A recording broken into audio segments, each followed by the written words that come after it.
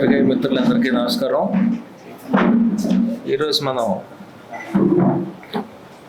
మామిడి రైతులు సమస్యల గురించి మాట్లాడటానికి మీతో సమావేశం జరగడం జరిగింది. మీరు చూస్తూనే ఉన్నారు,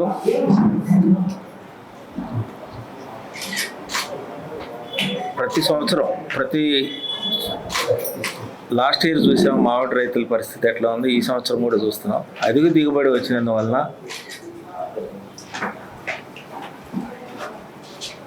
సప్లై ఎక్కువ అవటం వల్ల రేట్లు పడిపోవటం జరిగింది. అంటే గిట్టుబాటు ధర రాలేదు. అయితే దానికి ప్రభుత్వం వెంటనే స్పందించి ప్రతి కేజీకి 4 రూపాయలు వీళ్ళకి సపోర్టింగ్ ప్రైస్ లాగా ఇవ్వటం జరిగింది. లాస్ట్ టైము వెంటనే అందరి అకౌంట్లో క్రియేట్ చేయడం ఈసారి మనం ప్రామిస్ చేసాం. అయితే దీనిలో సర్క్యులర్ రావటం 20వ తారీఖు వచ్చింది. దానికి చాలామంది 20 నుంచే ఇస్తారనుకుంటున్నారు. కాదు, నిన్న కలెక్టర్ గారితో మాట్లాడటం జరిగింది, సీఎం గారితో కూడా డిస్కషన్ అయింది. అది ఫస్ట్ నుంచి ఇస్తారు. జూన్ 1 నుంచి సర్క్యులర్ 20 ఉన్నా కూడా ఫస్ట్ నుంచి అందరికీ ఇస్తారు. ఆ డౌట్స్ ఉండక్కర్లేదు. నిన్న 2-3 ఎక్స్ప్రెస్ చేశారు. ఫస్ట్ నుంచి ఎవరైతే సప్లై చేశారో మొత్తానికి 4 రూపాయలు సపోర్ట్ ప్రైస్ వస్తుంది. అయితే ఈ మధ్యకాలంలో వైఎస్ఆర్సీపీ పార్టీ వాళ్ళు గిట్టుబాటు ధర రావట్లేదు, రైతులకు అన్యాయం జరుగుతుందని చెప్పి మనం ఇక్కడ ప్రొసెషన్ తీయటం చూసాం. గిట్టుబాటు ధర అనేది ఎంత? గిట్టుబాటు ధర అనేది ఇప్పుడు ఫ్యాక్టరీ వాళ్ళు ఇస్తున్నది ప్లస్ 4 రూపాయలు కలిపితే మనకి 10 రూపాయలు 11 రూపాయలు అవుతుంది. గవర్నమెంట్ తీసుకుంది ఎక్కడ? చర్య తీసుకుంది ఎక్కడ? మరి ఇవన్నీ చూస్తూ కూడా మన పత్రికల్లో వస్తున్నాయి, తర్వాత సర్క్యులర్లు వస్తున్నాయి, అందరికీ ప్రచారం జరిగింది. అయినా కూడా గవర్నమెంట్ ఏం చేయట్లేదు. గవర్నమెంట్ నుంచి గిట్టుబాటు రావట్లేదు, ఉద్యమాలు చేస్తున్నారు. అయ్యే రిపోర్ట్ కూడా చేస్తున్నాం.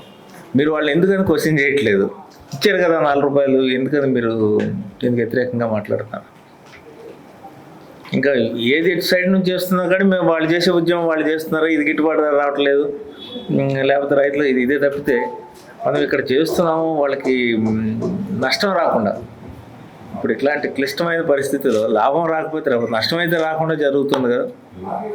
లాభం ఎప్పుడైతే అంతకుముందు సంవత్సరాల్లో చూసాం మనం, ఎప్పుడైతే పంట తక్కువ ఉందో మనం 20 రూపాయలకి 24 రూపాయలకు కూడా అమ్మిన సందర్భాలు ఉన్నాయి. అప్పుడు ఈ సమస్య రాలేదు. ఈ సమస్య వచ్చినప్పుడు ప్రభుత్వం వెంటనే స్పందించేస్తుంది. కేంద్ర ప్రభుత్వం కూడా మొన్న వ్యవసాయ మంత్రి శివరాజ్ సింగ్ చౌహాన్ వచ్చినప్పుడు కూడా దీని గురించి మాట్లాడారు. సపోర్ట్ ప్రైస్ ఇస్తామని చెప్పారు. కేంద్ర ప్రభుత్వం స్పందిస్తుంది, రాష్ట్ర ప్రభుత్వం స్పందించి దాని వెంటనే వీళ్ళకి అండగా నిలబడుతుంటాయి. ఇంకా కాదు అని చెప్తే ఎక్కడ ఇది ఏ విధంగా దాన్ని సమర్థనీయం? మీరు ఒకసారి వాళ్ళనే ప్రశ్నిస్తే బాగుంటుంది. అట్లాగే ఇది ప్రతి సంవత్సరం ఎప్పుడైతే ఈ షార్టేజ్ వచ్చినప్పుడు సమస్య వస్తుందో దీనికోసమని ఐసీఏఆర్ ఉంది కదా, దాని నుంచి ఒక నిపుణుల కమిటీ కూడా వేయటం జరిగింది. స్టడీ చేయండి దీన్ని ఎట్లా ఎప్పుడైతే కష్టం వచ్చిందో దాన్ని ఎలా మీట్ అవ్వచ్చు. ఎవ్రీ టైం మనం ఇట్లా సమస్య వచ్చినప్పుడు ఎలా సపోర్ట్ చేద్దామా, లేకపోతే పర్మనెంట్ సొల్యూషన్ ఏదైనా చేద్దామని స్టడీ చేసి రిపోర్ట్ మనకు కమిటీ చేశారు. ఆ రిపోర్ట్ వచ్చిన తర్వాత సమస్యలు తెరుతాయి. అండ్ దీనిలో బేసిక్గా మనకి 2 స్టేట్లకి ఎక్కువ సమస్య ఉంది. దానిలో మనం మొదటి స్టేట్ తోతాపురి పల్పు పర్పస్కి పండించేది మనమే. ఉత్తరప్రదేశ్ మ్యాంగో ప్రొడక్షన్లో ముందున్నా కూడా వాళ్ళని డొమెస్టిక్ వెరైటీ పండిస్తారు కదా, పల్పు పర్పస్కి తక్కువ. వాళ్ళు ఎక్స్పోర్ట్ చేస్తారు, టేబుల్ వెరైటీ అంటారు. ఎక్స్పోర్ట్ చేస్తారు, డొమెస్టిక్గా తెచ్చారు. కానీ పల్పు ప్రొడక్షన్కి మాత్రం మన తోతాపురి క్వాలిటీ, దానికి అనువైన ఫ్రూట్ కాబట్టి మనమే ఇక్కడ ఎక్కువ సఫర్ అవుతుంది. సో కాబట్టి వీళ్ళు చేసే నిపుణుల కమిటీ కానీ లేకపోతే ప్రభుత్వం చేస్తుంది కానీ మన జిల్లాకే ఎక్కువ అన్వయిస్తుంది. కాబట్టి మీ ద్వారా ఈ అపోజిషన్ పార్టీకి తెలియజేయడం ఏంటంటే, ప్రభుత్వం ఎప్పుడు సమస్య వచ్చినా వెంటనే ముందే గ్రహించి వాళ్ళకి సపోర్టింగ్ ప్రైస్ ఇవ్వటం, రైతుల్ని ఇబ్బంది పడకుండా ఉండేటట్టు చర్యలు తీసుకుంటా ఉంది. అట్లాగే ఆల్టర్నేటివ్ క్రాప్స్ గురించి కూడా నిన్న సీఎం గారు మాట్లాడారు. హార్టికల్చరల్ క్రాప్స్ కానీ, తర్వాత సెరికల్చర్ని డెవలప్ చేయటం కానీ, దీనికి సంబంధించిన టెక్నాలజీ యూజ్ చేయటం, తర్వాత రసాయనాలు లేకుండా ప్రకృతి సేద్యం చేయటం కోసం ఎంతవరకు మనం టమాటా పండించడంలో కానీ చేస్తే ఫలితాలు ఎట్లా ఉంటాయని చెప్పి చూస్తే మనం కుప్పం ఆ ఏరియాలో ప్రకృతి సేద్యం బాగా జరుగుతుంది. దానివల్ల ప్రజల ఆరోగ్యం మెరుగుపడుతుంది, తర్వాత రైతుకి వచ్చే లాభం బాగుంటుంది, క్వాలిటీ ఆఫ్ లైఫ్ పెరుగుతుంటుంది. సో ఇట్లాంటివన్నీ వ్యవసాయానికి సంబంధించి ఎట్లాంటి సపోర్ట్ కావాలన్నా కూటమి ప్రభుత్వం ఆంధ్ర రాష్ట్రంలో సిద్ధంగా ఉంది, వాళ్ళు చేస్తున్నారు. దీనికి గాను మా సీజనల్గా వచ్చే మామిడి పంట గురించి అయితే ముందుగా చేస్తున్నారు, సపోర్టింగ్ ప్రైస్ అనౌన్స్ చేస్తున్నారు. అట్లాగే ఇతర క్రాప్లైన మిర్చి కానీ, పసుపు కానీ ఆంధ్ర రాష్ట్రంలో ఇతర మిల్లెట్స్ కానీ ఎక్కడ ప్రాబ్లం వచ్చినా వెంటనే ప్రభుత్వం ముందు వచ్చేసి వాళ్ళకి రైతులకి కావాల్సిన కంఫర్ట్ ఇస్తున్నారు. అయితే వీళ్ళు రాలేదు అనేది మాత్రం అసమంజసం. అది బహుశా వాళ్ళని ప్రశ్నించాలి, ఇది ఎందుకు ఇట్లా చేస్తున్నారు, లేదా అంతకుముందు వచ్చినప్పుడు ఏమన్నా హిస్టరీలో చరిత్రలో ఏమైనా ఉందా, ఏమన్నా ఇట్లాంటి ముందుకు వచ్చి చేసింది లేదు, మరి ఇప్పుడు ఎందుకని ఇట్లా చేస్తున్నారు అనేది మనమే వాళ్ళని ప్రశ్నించాలి. సో మీరు కూడా మీ ద్వారా వాళ్ళకి తెలియజేయటం ఏంటంటే మామిడి రైతులకి అన్ని విధాలైన సపోర్ట్ చేయడానికి ప్రభుత్వం సిద్ధంగా ఉంది, చేస్తుంది కూడా. Thank you.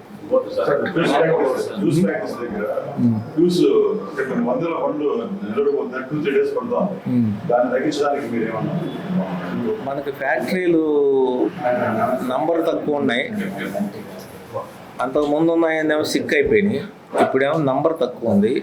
ఈ నున్న తక్కువ ఉన్న దాన్ని తీసుకోవటం వల్ల డిలే అవుతుంది. అది కూడా నష్టం లేకుండానే చేస్తున్నారు. మొత్తం లాస్ట్ టైం కూడా మనం చూసాం, బయట వేస్ట్ అవుతుంది, లైన్ ఉంది, బట్ మొత్తానికి కంప్లీట్ అయిపోయి లాస్ట్ టైంలో కొంచెం 2-3 కంపెనీలు పేమెంట్స్ డిలే అయింది. తర్వాత మనం కలెక్టర్ గారు మేము మీటింగ్ పెట్టి అవి కూడా వెంటనే రిలీజ్ చేయించడం జరుగుతుంది. ఈసారి కొన్ని కంపెనీలు ఇమీడియట్గా చేసేవాళ్ళు ఉన్నారు, కొంతమంది ఒక 1 month 2 months తీసుకుంటున్నారు. వాళ్ళని కూడా మనం పిలిచి పర్సూ చేస్తున్నాం. పేమెంట్స్ అయితే ఇమీడియట్గా జరగాలి. గవర్నమెంట్ నుంచి వచ్చిన అయితే ఇమీడియట్గా జరుగుతుంది.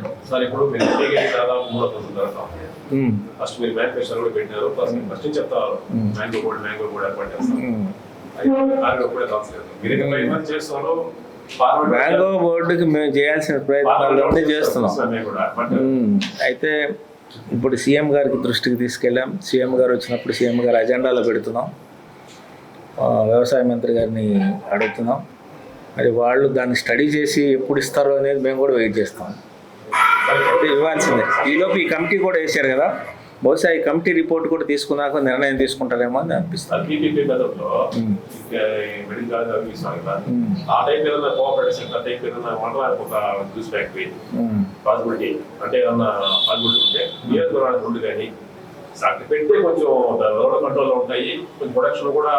గవర్నమెంట్ నుంచి ఫ్యాక్టరీలు పెట్టడం కంటే ఎవరైనా ముందుకు వస్తే వాళ్ళ కన్సెషన్ ఇవ్వడానికి గవర్నమెంట్ సిద్ధంగా ఉంది. గవర్నమెంట్ బ్రహ్మాండంగా భరోసా ఇస్తుంది. మీకు మీరు ప్రపోజల్తో వస్తే ల్యాండ్ ఇవ్వడానికి ఇప్పుడు ఇన్ఫ్రాస్ట్రక్చర్, ఆంధ్రప్రదేశ్ ఇన్ఫ్రాస్ట్రక్చర్ కార్పొరేషన్ ఉంది.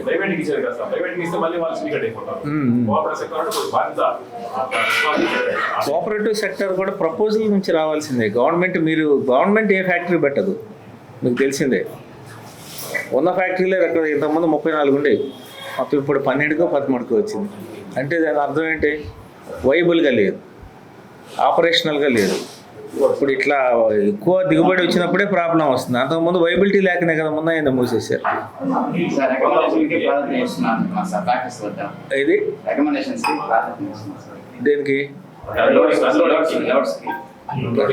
రోడ్స్ రికమెండేషన్ ఎట్లా లైన్ లో ఎవరు వస్తే రైతులు వస్తే ఒక దారి అంటున్నారు సార్. ఇప్పుడు మీరు సీసీ కెమెరాలు పెట్టి మీ ఆఫీస్ ఎందుకు చేసుకోకుండా మీరు ఎక్కడి నుంచి మానిటరింగ్ చేసి ఇక్కడ ఎంపీ ఆఫీస్ లో ఉంది బా, ఎమ్మెల్యే ఆఫీస్ లో ఉంది బా, లోపల భయం ఉంటుంది వాళ్ళు కూడా పంపించకుండా రైతులు న్యాయం జరిగే అవకాశం ఉంది. అంటే ఎంతో సీసీ కెమెరా మా అంటే 10,000 పెడతారు కెమెరా వచ్చేసారు ఫోకస్ చేసుకొని గేట్ కాడ ఫోకస్ పెట్టి ఎక్కడ ఫ్యాక్టరీ దగ్గర అక్కడ పెట్టి మీరు అక్కడి నుంచి ఆన్లైన్ పెట్టుకొని మానిటరింగ్ మనోళ్ళు ఏమైనా చేస్తే మీకు నేమ్ వస్తుంది. కలెక్టర్ పని నన్ను చేయమంటున్నారు. అది వాళ్ళు వ్యవసాయ అసిస్టెంట్ డైరెక్టర్ డిప్యూటీ డైరెక్టర్ ఉంటారు. వాళ్ళు బ్యూరోక్రసీ వాళ్ళు ఎగ్జిక్యూషన్ వాళ్ళ పని. ఒకరి పని ఒకళ్ళు చేస్తే పాత కథ నేను చెప్తే వింటున్నారు, వాళ్ళు చేస్తున్నారు. ఈ చిన్న చిన్నవి జరుగుతుంటాయి. ఎవరైనా సిఫార్సు చేయడం అనేది అంతగాని నేను వచ్చి వాళ్ళని లైన్ పెట్టుకొని పెడితే అది కరెక్ట్ కాదు. కలెక్టర్ గారికి అయితే చెప్తున్నాం, బాగా పర్సూ చేయండి, దగ్గర పెట్టుకోండి. ఇట్లాంటి ఇప్పుడు ఈయన అడిగినట్టు రికమెండేషన్లు కాకుండా అందరినీ లైన్ గా తీసుకోండి. ఏదైనా కానీ ప్రోడక్ట్ వేస్ట్ కాకుండా చేయండి. ఉద్యానవన శాఖ మామిడి రైతులకు మామిడి పంటను ప్రోత్సహించింది. మామిడి పంట బాగా పెరిగింది అనుకున్నా. ఇదే పరిస్థితి ఇప్పుడు పంట ఈ ఏడాది పంట బాగా వచ్చింది, గత ఏడాది ఇదే పరిస్థితి, వచ్చే ఏడాది కూడా ఇదే పరిస్థితి. ఇట్లా 2-3 ఏళ్ళు ఉంటే మామిడి రైతుల పరిస్థితి ఏంటి? ఇదే నష్టాలతో మామిడి రైతులు కొనసాగలేరు కదా. మామిడి ఎక్కడో చోట ప్రభుత్వం ఆల్టర్నేటివ్ ఆలోచించడంతో అందుకే ఈ కమిటీ వేసింది, నిపుణుల కమిటీ వేసింది ఇది స్టడీ చేయడానికి. బహుశా డిసెంబర్ లోపు వీళ్ళు మన కమిటీ రిపోర్ట్ ఇస్తుంది. వాళ్ళు బోర్డు పెట్టడమా లేకపోతే ఈ సమస్యలను ఎట్లా మిటిగేట్ చేయడం అనేది ఆ కమిటీ రికమెండేషన్ల మీద ఆధారపడి రేటు ₹2 తగ్గిస్తే మాత్రము వాళ్ళకి గుజ్జు స్టాక్ ఉండదు, ఏముండదు, ప్రొడక్షన్ చేస్తుంది. గుజ్జు కొడతారు. రేటు ₹2 లోపల మాకు లేదు, మా ప్రొడక్షన్ ఆయుధం యుద్ధము సాగు పెడుతుంది. అది ఎలా దూరం అప్పుడు వాళ్ళకి కూడా సమస్యలు ఉంటాయి కదా. మనం చూస్తున్నాం, యుద్ధం జరుగుతుంది.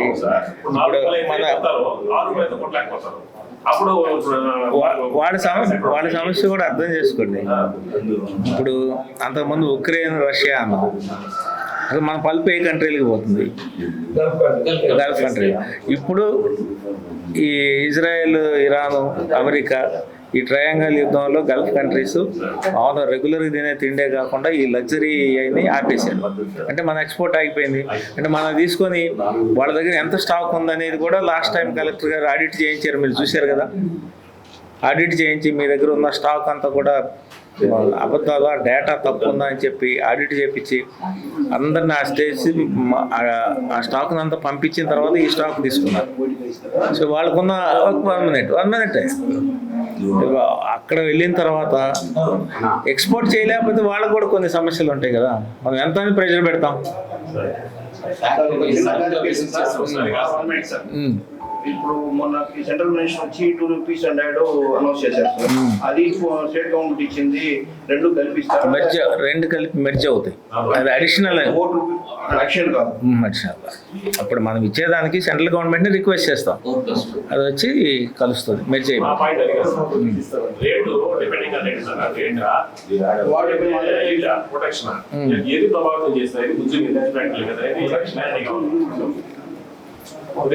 మాత్రం లోపల బ్యాలెన్స్ స్టాక్ ఉంటాయి, ప్రొడక్షన్ చేసి స్టాక్ చేసుకుంటారు. రేట్ తక్కువ మాత్రం మార్కెట్ ఎక్కువ చెప్పారు మీరు గవర్నమెంట్ కావచ్చు, వాళ్ళు ఎవరైతే కూడా అయ్యో మనకి బ్యాలెన్స్ లేవు. వాళ్ళకి ఎక్స్పోర్ట్ ప్రైస్ ఎంత వస్తుందండి, ఒక ప్రైస్ వస్తుంది కదా, వాళ్ళు ఫెచ్చింగ్ అంటాం. ఆ ప్రైస్ ఏది వస్తుందో దాన్ని బట్టే వీళ్ళ ఆపరేషన్ ఉంటుంది. మనం మొత్తం వాళ్ళ మీద బ్లేమ్ వేస్తాం కూడా కరెక్ట్ కాదు. ఇప్పుడు మనం ఇంత స్టాక్ ఉంది, వాడికి అక్కడ టన్కో లేకపోతే 100 లీటర్స్కో ఇంత పోతుంది అనమాట. అది దాటి మనం కానీ ఏమంటే వాడు కూడా ఇల్లేడు కదా. దాదాపు ₹25 కొడితే కూడా లాస్ లేదు. అందుకే చెప్పాలండి, ₹25 లాస్ లేదు. లాస్ ఉండదు. అది మనం సైంటిఫిక్ బేసిస్ లేకుండా ఇట్లా ఎట్లా మాట్లాడాలి, ఆడిట్ చేయాలి. ఇప్పుడు ఓ ఫ్యాక్టరీ బ్యాలెన్స్ షీట్ ఉంది, ప్రాఫిట్ అండ్ లాస్ అకౌంట్ మనం వెరిఫై చేద్దామా? బాబు నీకు ఎంత స్టాక్ వచ్చింది, నీకు ఎంత ప్రాఫిట్ వచ్చింది అనేది మనం, అది ఇన్కమ్ ట్యాక్స్ వాళ్ళు చేస్తారేమో కదా, మనం చేయలేము ఆ పని. ఒకసారి సడన్ విజిట్ చేస్తే బాగుంటుంది కదా సార్. అది చేస్తాం. సమాచారం ముందస్తు సమాచారం లేకుండా సడన్ గా వెళ్తారు. ఈ ఐఎంఎం కావచ్చు, కలెక్టర్ టీం చేస్తున్నారు కదా, collector and team sudden verification చేస్తున్నారు, ఆడిట్ చేస్తున్నారు. నేను చెప్పేది యాజ్ పార్లమెంటరీన్ గా తమరు చేస్తే అక్కడ ఉన్నటువంటి ఎందుకంటే 3 రోజులు 4 రోజులు వారం రోజులు కూడా పడతా ఉంది వాళ్ళకి అన్లోడింగ్ కి. లైన్లు పడే రోజుల తరపు లైన్లలో వెయిట్ చేస్తున్నారు. ఒకసారి చూస్తే వాస్తవాలు సడన్ గా పోయి చూసామంటే తెలుస్తుంది సార్. అక్కడ వాటి గ్రౌండ్ లెవెల్ ఏం జరుగుతుందని తెలుస్తుంది. చేస్తాం అట్లయితే. ఒక 2-3 లిస్ట్ అవుట్ చేయండి. భరోసా వస్తుంది. విజిట్ చేద్దాం. చెప్పచ్చు వాళ్ళకి. అది బెటరే చేద్దాం. దాన్ని ఒకసారి ఆలోచిస్తాం. సరే ఓకే.